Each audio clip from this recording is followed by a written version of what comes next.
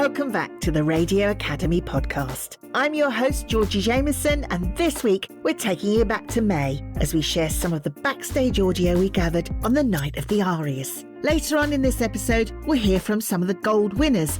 But before the ceremony, Kiss FM's Sam Darlaston, a former Radio Academy 30 Under 30, chatted with big names from the audio industry on the red carpet. And that's where we start. In this section, you'll hear Marvin Hulmes, Harriet Scott and Nicole Appleton, Greg James, Tyler West and Molly Rainford. But first, it's the hosts themselves, Romesh Ranganathan and Alice Levine.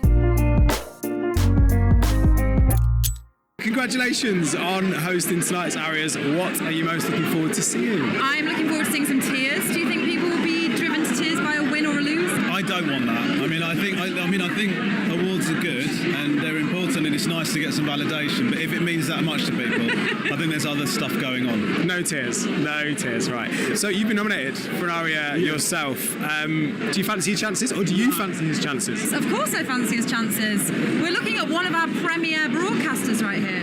What do you find embarrassing about award ceremonies? I find the idea of being in the mix when they read out the nominations actually a bit embarrassing. Like the idea that eyes would be on you. Often, if you wear a suit for awards, and then after the awards you sort of want to kick back and look like, the business is done, and then you take your jacket off. I have a real problem with my nipples being quite prominent. That's not something that you should be embarrassed about, but it's something I find horrible.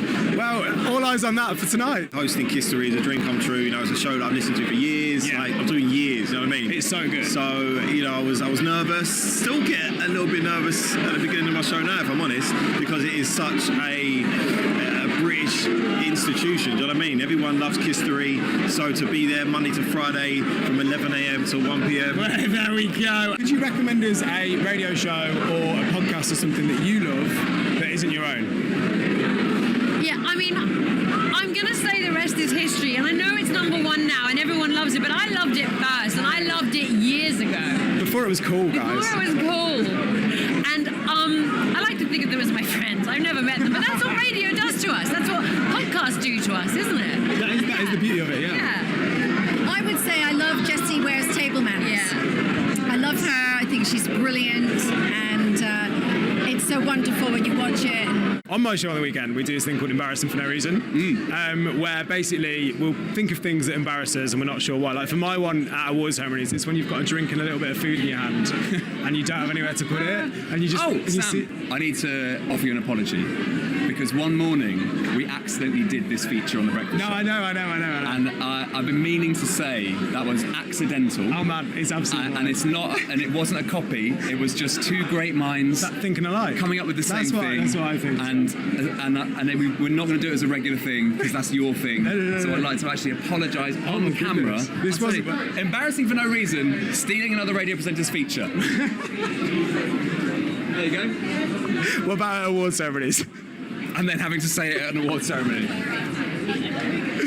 Oh, thanks, Greg. See you later. Nice to hang out. Right, with Tyler West and Molly Rainford. We're at the Arias tonight. Is it your first Arias? No. So I came to the Arias a few years ago. That was my first. When I first started radio, like 5 years ago, that was my first Arias. It's a special night. Yeah, it is. It's your first. It's my first. Yeah. I feel like I'm part of the Kiss FM team already, and I really appreciate that. They're part of my family now, but I'm just here for the fun. I'm hoping, as it's my first Arias, that everyone's speech will be pretty good considering they are on audio. They'll know how to wrap it up. And on that note, guys, thank you so much. Let's move on to some winners now, and in this group, Sam chats to gold winners who are talking in more depth about their shows on the Arias Winners stage at the Radio Academy Festival. You'll hear in this section best coverage of an event for Windrush 75, Trevor Nelson, BBC Radio 2, best comedy, Laura Smith, I Don't Know What to Say, BBC Radio 4, best sports coverage for Game Day at Talk Sport, and the Creative Innovation Award for 7 with Rob Burrows and the team at BBC Radio Leeds. Congratulations, Trevor. It's for Spiritland. Yeah. They recorded it and put it out on it, but it was probably top 3 in my whole career I've ever done. It was that important. At the Royal Albert Hall, 75 years of Windrush, immigration in this country, not easy. Our forefathers came, giving me the opportunity to have a career. Look what I've ended up doing. And then to stand on the stage and do it to grandmas, their daughters and sons and their grandkids. It was amazing. It was what does recognition like this mean to you when it's something so important? It means more than anything, most awards I've ever won. What inspires you to get into comedy and to start this journey? Oh, I always wanted to do it, and it took a long time to get brave enough. So I started in my late 30s, and just as I left teaching to start comedy, I got diagnosed with breast cancer. So I kind of had to dig deep, and then my show, my Radio 4 special, is about that, and just and it's funny, and I won. Yeah. You can't put it any better than that. What advice do you have for anyone else that's thinking of going down that route and starting out, as you say, you were a teacher and then you just decided to go into comedy? Oh, just be brave. Just be brave. If you've got a little fantasy in your head and you enjoy thinking about it, I think deep down that's your real life, and you just got to be brave enough to go and get it, and then the rewards will be endless. So the comedy circuit's everything. I love it. What's some inspiration that went into, getting this award? What's someone that inspires you? It's so expensive to watch football on TV and get live sport on TV. You have to pay like over £100 a month. The fact that we're able to deliver free live football coverage every week, it's amazing. And actually, it's a bit of an honour, because when I was a kid, my family couldn't afford Sky. Mm-hmm. So the fact that I used to listen to the radio and I used to listen to Five Live, obviously, and it's such an honour to be able to do that on TalkSport and do the same thing. So for me, it's wonderful for me. So as you were saying, live coverage. What are the challenges? What's the biggest mistake? Generally, there's no problems at all. It's just an absolute privilege to do the show. I still love it. I've been doing it 25 years. I still love doing this show. It's brilliant. There's so many good people working on it. Yeah. It's a joy to share it with them. Creative Innovation Award. Get it in! Hey, there's enough of you in. I knew that would be a big cheer. I knew that would be a big cheer. How are you feeling back again? You know what? Delighted. This is all about Rob. It's about Rob having a voice. It's about us doing something different. And everybody's been asking us how we've made this podcast, because it's something that nobody's done before. And the honest answer is, I don't know, how did we make it, guys? You know what I mean? We came up with an idea and we ran with it. I do need to give a big shout out to Speak Unique and to Smart Think Box. They're the team behind the scenes who have made Rob's authentic voice. Because this is Rob's voice. He's a Yorkshireman. It's him. And it's about celebrating his identity. Next comes some clips from winners in the factual categories. Best Single Factual, File on 4, John Holmes, Generation Shame for BBC Radio 4. Best News Coverage, Shiny Bob, The Devil's Advocate, BBC Scotland News. Radio Times Moment of the Year, John Robbins and Ellis James for BBC Radio 5 Live. The Grassroots Award, 3 Ways to Save a Life, BBC Radio Manchester. And Best Commercial Partnership, A Place to Call Home, Audio Always. It's about stories, isn't it? Everything's about stories. It's about we're all human beings, and we all have stories, I think, and depending on what level they might be on. This so happened to coincide with what was it called? The joint JCHR report. Which was the report into forced adoption, and the timing was that we were making this while that inquiry was going on in government. So it all sort of gelled together in that weird way things don't normally, but it did, and we were able to sort of come in and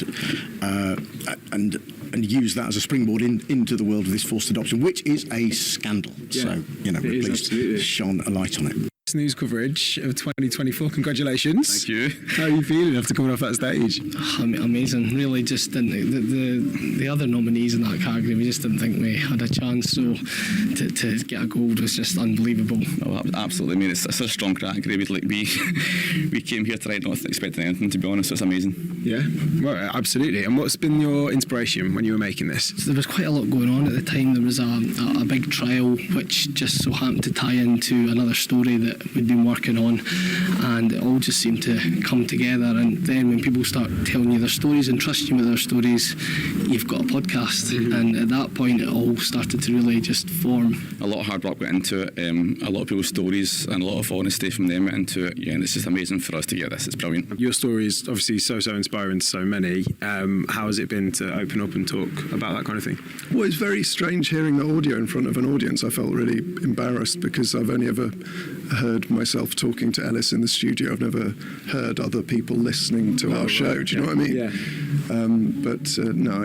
I think we've lots of amazing stories over the course of this evening, and it's really means a lot to get messages from people who, listening to us, made them start their own sort of journeys in recovery, or also even more moving, understand friends and relatives they'd lost who they lost to alcoholism. The Grassroots Award winner. How are you feeling? Just absolutely shocked and surprised, but just so happy and honoured and really, really humbled with this award. I said on stage before that we'd just love to dedicate this award to the 22 people that lost their lives in the Manchester Arena bomb. That's what inspired us to do this work, and we're just really, really pleased. And with a project like this, what sort of challenges did you face when you were making it? Well, you know what, at first we kind of did a simple kind of, well, how many people are we going to get to learn first aid? Let's do a low number, let's see how it goes. But the community just really came together. They just absolutely flew with the idea. We had schools involved and community groups and just members of the public getting involved. And so actually, as it kind of took off, it wasn't actually a challenge, it was a joy to do, because you just saw how people's lives were changed. Best commercial partnership. How does it feel to win that? Unbelievable. We're really surprised. We came here very humble, really happy to be here, but yeah, it's what a lovely surprise. Mm-hmm. Talk us through more about the inspiration for the story and the challenges you faced. So we worked with a person who has used the shelter service in the past. Dreams partnership with the shelter a year ago to bring some real stories to life. I work with audio always at every opportunity and knew that they would be able to do the story absolute justice and really bring it to life. So we worked with an incredible animation partner, and then Becky, Rob, Joe all brought the story to life for us in audio. Amazing. And what was the biggest challenge you faced during it? Doing justice to someone who'd lived it, and trying to tell their story with, honesty. And Becky wrote this story, having spoken to a Klima. So I think it was that? Yeah, definitely. Just taking her words and making sure we were true to her. And our last group of interviews highlights stations and special awards. The John Myers Station of the Year, BBC Radio Manchester, Community Station of the Year, RNIB, Connect Radio, UK Network of the Year, BBC Asian Network, and the Pioneer Award for Annie Nightingale, where you'll hear Annie's daughter Lucy and BBC Six Music's Lauren Laverne. John Myers Station of the Year winners 2024. How are you feeling? Stunned, slightly overwhelmed. You're amazed. I'm still shaking. And I'm holding the award. Yes. And you've been here already tonight. I'm shocked twice. How are you guys feeling? What are you going to do to celebrate today? Well, it's one for the team, like I said on the stage, and it's brilliant. So I think the main celebration will be when we get back tomorrow and we see everyone. How does it feel to win this as a local radio station?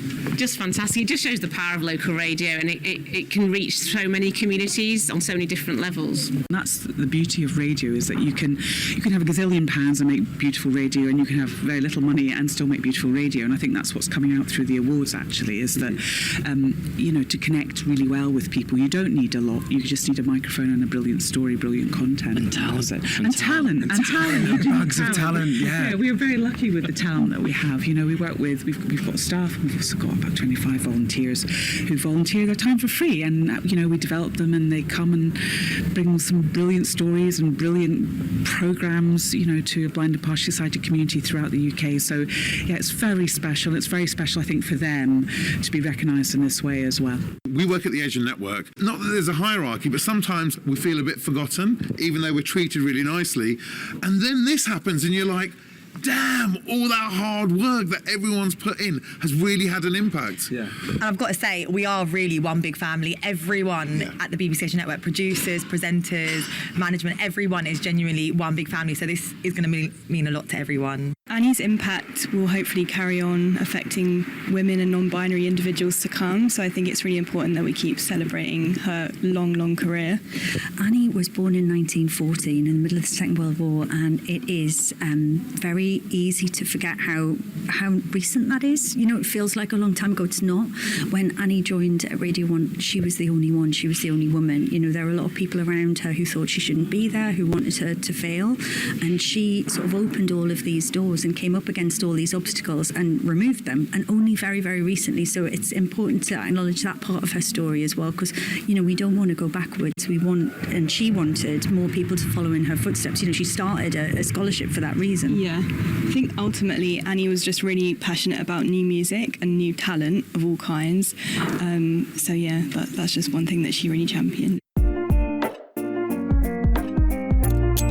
Thanks again to Kiss FM's Sam Darlaston for being our backstage host. And if you're listening to this on the day of release, 18th of September, and you're on your way to the Radio Academy Festival, then I hope it's got you in a great mood for the day ahead. I hope to see lots of you there. Come and say hello and give me suggestions for what you'd like to hear on the podcast. Please like and subscribe wherever you get your pods. It all really helps, and give us a quick review as well if you fancy. Thanks. I'm handing over to guest producer Sean Thorne for the next few weeks, as he'll be giving you all the sights and sounds from the Radio Academy Festival in 3 special episodes. Then I'll be back mid-October. I'll see you then.